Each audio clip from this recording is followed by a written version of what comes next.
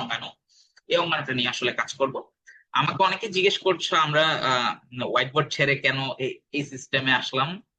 তোমাদের একটা সবার একটা কমন ইস্যু ছিল যে সাউন্ড আর হচ্ছে আমরা যে ক্যামেরাটা ইউজ করি ওটাতে একটু সমস্যা থাকায় ঝাপসা দেখায়। তো ইন দ্যাট কেস আমার মনে হচ্ছে ভার্চুয়াল বোর্ডে এসে ক্লাস নেওয়াটা ভালো। তো এটার জন্য আসলে এই সিস্টেমে আসা।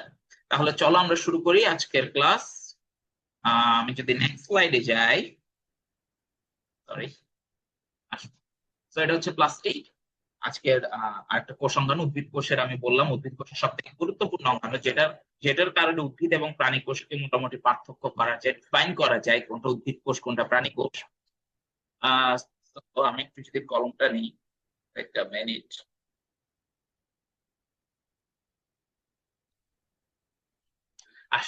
তাহলে প্রথমে আবার আবিষ্কারে আসি। অঙ্গাণুর নাম হচ্ছে প্লাস্টিড। আবিষ্কারে যদি আমি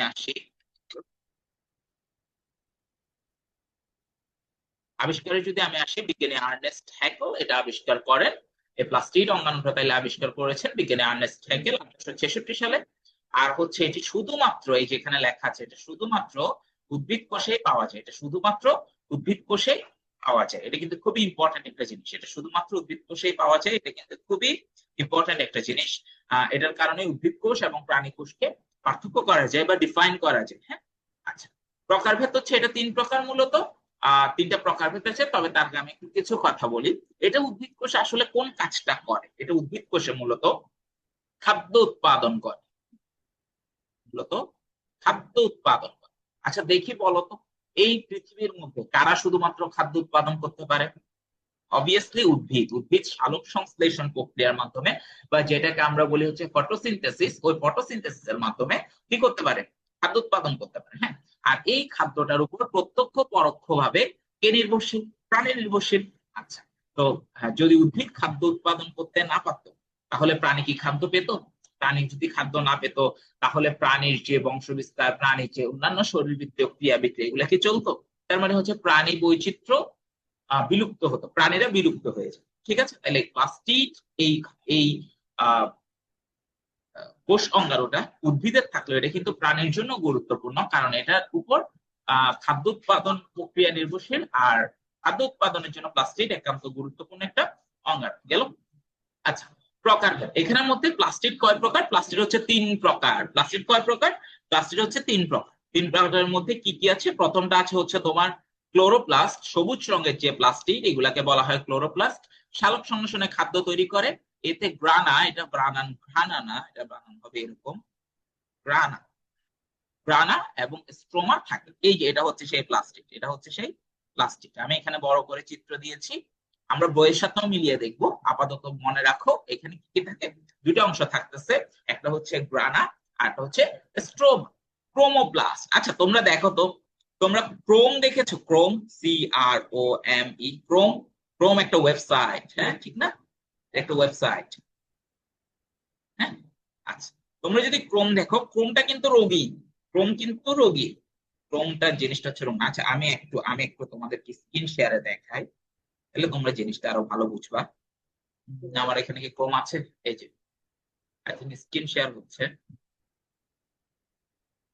এই যে ক্রোম, এই যে এটা দেখো, গুগল ক্রোম। এটা রঙিন না? লাল কালার আছে, নীল কালার আছে, হলুদ আছে, সবুজ আছে, ঠিক না? ঠিক না? আচ্ছা, তাহলে আমি আবার চলে যাই। তাহলে এইটার সামনেও ক্রোম আছে না? ক্রোমো, তাহলে এটা হচ্ছে রঙিন প্লাস্টিক। এটা কোন ধরনের প্লাস্টিক? এটা হচ্ছে রঙিন প্লাস্টিক। এই যে, তাহলে এটা হচ্ছে ক্লোরো। ক্লোরোটা হচ্ছে শুধুমাত্র সবুজ রঙের প্লাস্টিক, যেমন এটা একটা ক্লোরোপ্লাস্ট।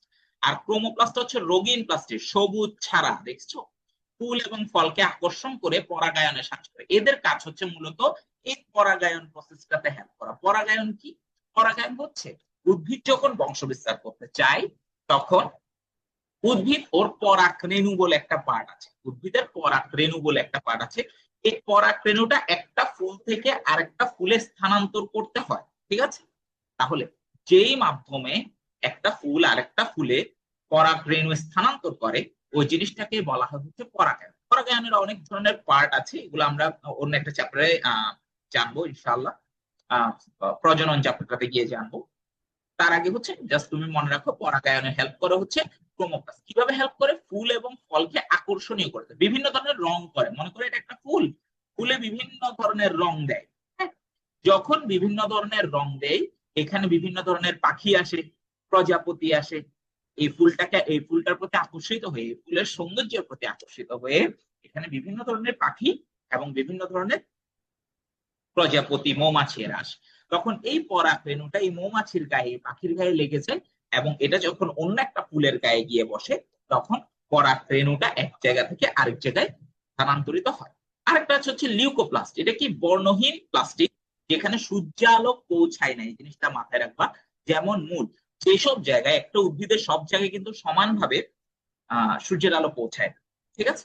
তাহলে একটা উদ্ভিদের যেসব জায়গায় সূর্যের আলো পৌঁছায় না, সেই সব জায়গায় যে লিউকোপ্লাস্টটা থাকে, সেটা হচ্ছে সেই জায়গায় যে সেই জায়গায় যে প্লাস্টিকটা থাকে তার নাম হচ্ছে লিউকোপ্লাস্ট। তবে একটা জিনিস মনে রাখো, এই লিউকোপ্লাস্টের উপর এই লিউকোপ্লাস্টের উপর যদি সূর্যের আলো পড়ে, হ্যাঁ, তাইলে এটা কিন্তু সরাসরি ক্লোরোপ্লাস্টে পরিণত হয়। কি বলছি?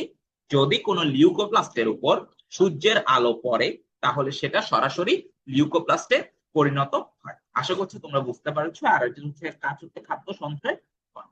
তো এগুলোই হচ্ছে মোটামুটি প্লাস্টিক, প্লাস্টিকের প্রকারভেদ আর প্লাস্টিক নিয়ে পড়ালেখা। আরো কিছু জিনিসপত্র আছে, আমি একটু বইয়ে যাই তাহলে তোমাদের জন্য সুবিধা হবে। তোমরা স্লাইডের, তোমাদের যদি প্রয়োজন হয় নোট করার জন্য, স্লাইডের সবাই স্ক্রিনশট নিয়ে রাখবা। আমি 1 মিনিট সময় দিই এখানে, যেন স্লাইডটা দেখতে পারো তুমি। দেন আমি বইয়ে যাচ্ছি। আসো তাহলে বইয়ে যাই আমরা এখন।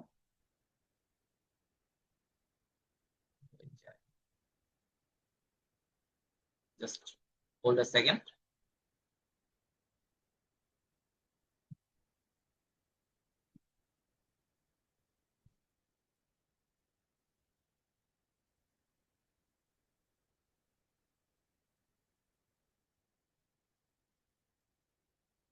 এই যে আমরা চলে আসছি। আমরা যদি একটু নিচের দিকে যাই, এই যে প্লাস্টিক, প্লাস্টিক, প্লাস্টিক। ওকে, তাহলে বিজ্ঞানী আর্নেস্ট হ্যাকেল 1866 সালে উদ্ভিদ কোষের গুরুত্বপূর্ণ অঙ্গাণু হিসেবে প্লাস্টিক আবিষ্কার করেন। এটার কাজ কি কি? প্রধান কাজগুলা দিছে: খাদ্য প্রস্তুত করা, খাদ্য সঞ্চয় করা, উদ্ভিদ দেহকে বর্ণময় এবং আকর্ষণীয় করে পরাগায়নে সাহায্য করা। ঠিক আছে? প্লাস্টিক 3 ধরনের আমরা পড়েছি: ক্লোরোপ্লাস্ট, ক্রোমোপ্লাস্ট আর লিউকোপ্লাস্ট। এই দেখো ক্লোরোপ্লাস্ট, সবুজ রঙের প্লাস্টিক যেটাকে বলতেছে, এটা হচ্ছে ক্লোরোপ্লাস্ট। কি কি আছে? পাতা, কচি কাণ্ড এবং অন্যান্য সবুজ অংশে এদের পাওয়া যায়। It's important for MCQ. এখান থেকে এমসিকিউ আসে যে উদ্ভিদের কোন কোন অংশে কি পাওয়া যায়,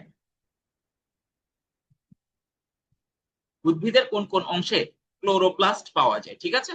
তাহলে হচ্ছে পাতা, কচি কাণ্ড এবং অন্যান্য সবুজ অংশ। প্লাস্টিকের গ্রানা দেখেছো, আমি বলেছিলাম না বানানটা এরকম, আমার স্লাইডে ভুল ছিল বানানটা, গ্রানা, সরি কেন এমন হচ্ছে, প্রাণা, এবং সূর্যালোককে আবদ্ধ করে রাসায়নিক শক্তিতে রূপান্তরিত করে। এই আবদ্ধ সৌরশক্তি স্ট্রোমাতে অবস্থিত। উৎসেচক, আমি গতকাল ক্লাসে বলেছিলাম উৎসেচক মানে কি? Enzyme, enzyme. ঠিক আছে? উৎসেচক কি বলছে? উৎসেচকের সমষ্টি বায়ু থেকে গৃহীত কার্বন ডাই অক্সাইড এবং কোষের ভিতরকার পানি ব্যবহার করে সরল শর্করা তৈরি করে। এই প্লাস্টিকে ক্লোরোফিল থাকে, তাই এটা সবুজ দেখায়। এছাড়া এতে ক্যারোটিনয়েড নামে এক ধরনের রঞ্জক পদার্থ থাকে। এটাও কিন্তু ইম্পর্টেন্ট ফর এমসিকিউ। এই যে ক্যারোটিনয়েড, এটা এক ধরনের রঞ্জক পদার্থ। হ্যাঁ, রঞ্জক পদার্থ কি? রঞ্জক পদার্থ হচ্ছে যেসব জিনিস রঙিন করে, কোন একটা বস্তুকে রঙিন করে তোলে, সেই সব জিনিসকে বলা হয় হচ্ছে হলো রঞ্জক পদার্থ। এখানের মধ্যে এই চিত্রটা তোমরা দেখবা, এই চিত্রটা আঁকবা ফর এক্সামিনেশন, এটা দরকার নাই, দরকার নাই। এই চিত্রটা আঁকবা। এখানে দেখো স্ট্রোমা কোনটা, এই যে স্ট্রোমা। স্ট্রোমাটা কি জানো? আসলে স্ট্রোমাটা হচ্ছে, আমরা মাইটোকন্ড্রিয়া একটা ম্যাট্রিক্স পড়ছিলাম না, তরল পদার্থ বা মাতৃকা। প্লাস্টিডের যে মাতৃকা, প্লাস্টিডের যে ম্যাট্রিক্স, ওটার নাম হচ্ছে হলো স্ট্রোমা। ঠিক আছে? বহিচিল্লি হচ্ছে বাইরের পর্দা, অন্তঃচিল্লি হচ্ছে ভেতরের পর্দা, গ্রানা হচ্ছে এগুলা, এই যে এটা পুরাটাকে গ্রানা বলে, এই পুরাটাই হচ্ছে গ্রানা, পুরাটাই হচ্ছে গ্রানা, পুরাটাই হচ্ছে গ্রানা। আচ্ছা, থাইলাকয়েড আছে। থাইলাকয়েড কি জিনিস? প্লাস্টিড হচ্ছে একটা ভিখারি অঙ্গাণু। আমি বলি প্লাস্টিডকে একটা ভিখারি অঙ্গাণু। তুমি যদি আমার স্লাইডে যাও একটু আবার,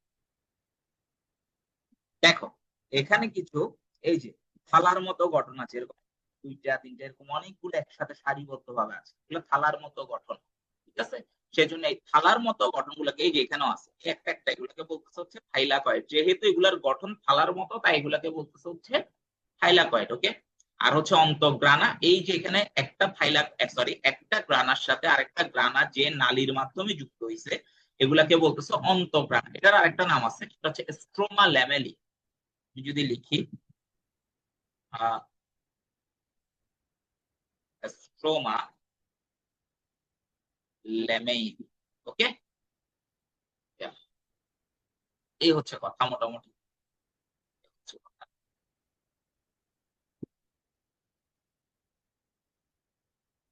সে দিলাম।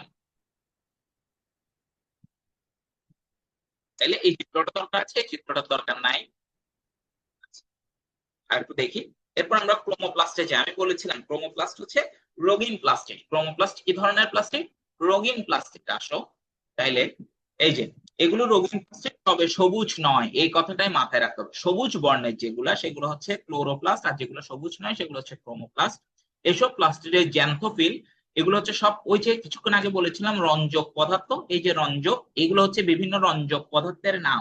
কি কি আছে? জ্যান্থোপ্লাস্ট, এই যে দেখো xanthophyll, sorry sorry xanthophyll, xanthophyll যেটার রং হচ্ছে হলুদ, ক্যারোটিন যেটার রং হচ্ছে কমলা, ফাইকো এরিথ্রিন যেটার রং লাল, আর ফাইকো সায়ানিন এটার রং হচ্ছে নীল। কিভাবে মনে রাখবো ভাইয়া? দেখো জ্যান্থোফিল, আমি যদি জ্যান্থোফিলটা লিখি, এই হটা বড় করে দিবা, জ্যান্থোফিল। এই হ দিয়ে মনে রাখবা হচ্ছে এই জ্যান্থোফিলের কালার হচ্ছে হলুদ, ঠিক আছে?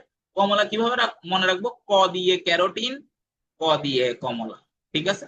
আর ফাইকো ইরিথ্রিন আর ফাইকো সায়ানিন কেমনে মনে রাখবো? সায়ানিন, সায়ানিন হচ্ছে একটা বিষের নাম, ঠিক আছে? এটা একটা টক্সিক পদার্থ, এটা বিষ, এটা হচ্ছে টক্সিক বা বিষ। হ্যাঁ, এই বিষটা নীল কালার, এই বিষটা কি কালার? নীল কালার, ঠিক আছে? তো ফাইকো সায়ানিন যদি নীল হয়, ফাইকো এরিথ্রিন লাল, এটা মনে থাকবে। ওকে। আচ্ছা, ইত্যাদি রঞ্জক থাকে, তাই কোনটিকে হলুদ, কোনটিকে নীল, আবার কোনটিকে লাল দেখায়।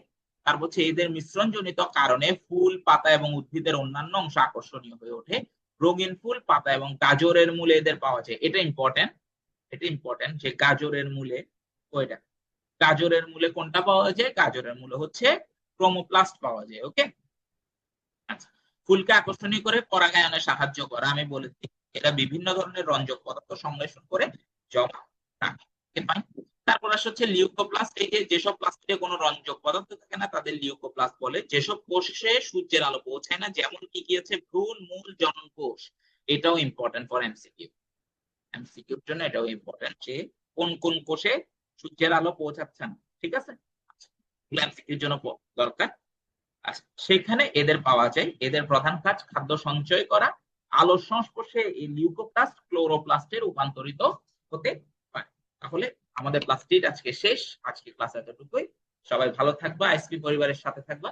আসসালামু আলাইকুম।